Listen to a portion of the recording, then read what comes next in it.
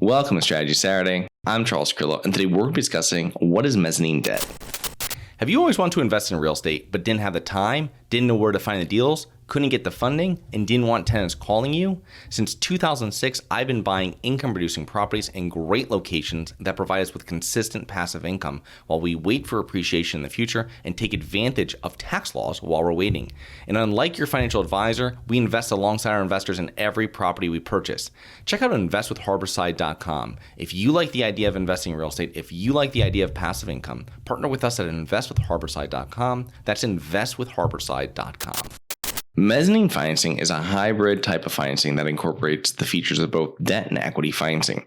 It provides lenders with the ability to convert their loan into equity in case of a default after all other senior debts have been paid off. In episode SS146, we spoke about the capital stack in depth, but in short, when you're purchasing commercial real estate, there are typically two main parts of the capital stack: the senior debt, or the first mortgage, and the common equity, the owner's equity. Now, for example, you are purchasing a commercial property and you're getting a loan for 70% of the purchase price, and the rest of the purchase price or capital stack, the 30%, is provided by the investors, the new owners. In this scenario, there are two parts to the capital stack: the senior debt and the common equity. Mezzo means half or middle in Italian, and when we add mezzanine financing into the mix, this layer of the capital stack is added right between the senior debt and the common equity. With our prior example, the new capital stack, it might look something like the senior debt still puts in 70%, and then there's a layer of mezzanine financing at 10%, and then the common equity investors put in the remaining 20%. The mezzanine financing covers some of the financing that the equity investor would otherwise invest. In other words, it reduces what the investor needs to bring to the closing table. Now, mezzanine financing helps to bridge the gap between debt and equity financing, and since it is a higher risk for the lender,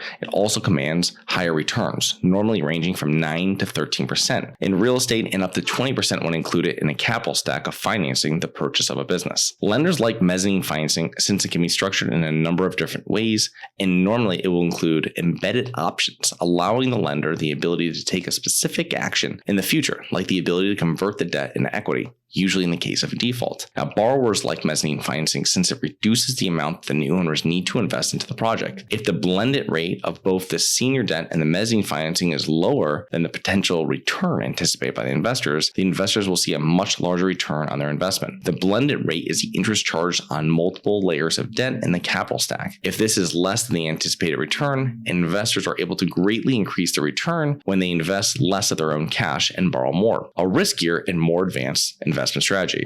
The next benefit to the borrower is the interest on mezzanine financing is a tax-deductible expense. And one of the final benefits is that mezzanine financing is much more flexible than regular senior debt. It is not uncommon for mezzanine financing to allow borrowers the ability to roll their interest payments into the loan balance. If a borrower is unable to make the full scheduled interest payment, it is able to roll some or all of that payment into the loan balance. Mezzanine financing is most common with large construction projects, large commercial property acquisitions, and leverage buyouts. So I hope you enjoyed. Please remember to rate, review, subscribe, submit comments and potential show topics at globalinvestorspodcast.com. Look forward to 2 more episodes next week. See you then.